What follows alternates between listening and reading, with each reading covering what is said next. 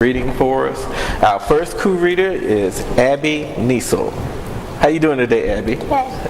And I have to brag that Abby's sister was on the co-reader show before, but we're not going to say how many years ago because we wouldn't be telling my age, but Abby's sister was on the co-reader show.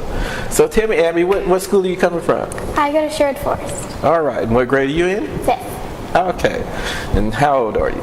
I'm 10. All right, now what book do you have for us today? I have the Pinderwicks. Pinderwicks? Yes. The Pinderwicks. And who's the author? Jean Birdsall. Okay.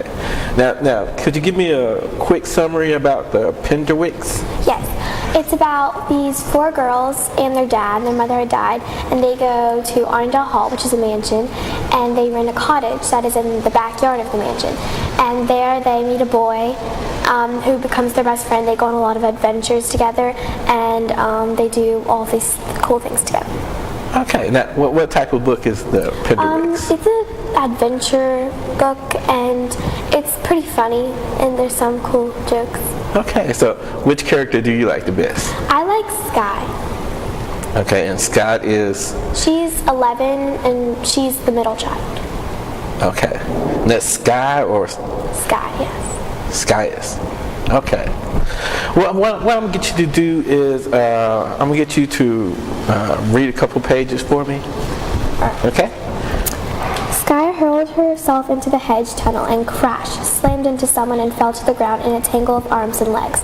Ouch! She checked her head for blood, but the camouflage hat had softened the blow and there was no major damage, which was good because she still had the strength to murder whichever of her sisters had caused this accident. She untwisted herself, pushed her hair out of her eyes, and looked at the person lying half under her. It wasn't one of her sisters. It was a boy about her own age with freckles and straight brown hair.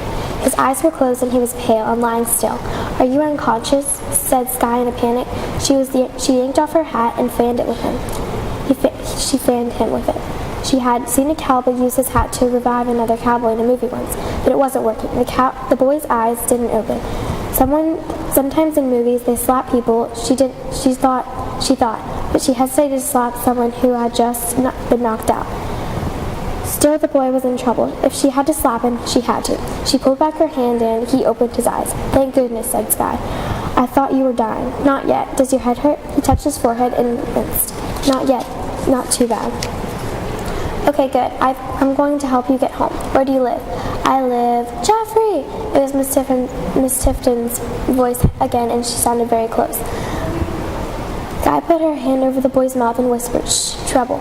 That's snooty Mrs. Tifton, and she's a real pain. If she caught us in her gardens, she'd..." The boy jerked away from her hand and struggled to sit up. He was even more pale than before, so pale that she could count every freckle on his face. "Are you all right? You look like you were going to be sick," she said. "Jeffrey, where are you?" came Miss Tifton's voice again. Then finally Sky understood. "Oh no, excuse me," said the boy with great dignity. "My mother's calling me and you're in my way." Okay, now the boy, did he belong to the mansion? Yes, he lives in the mansion. So that's why she was trying to keep him quiet. Yeah. Did she fall on him or?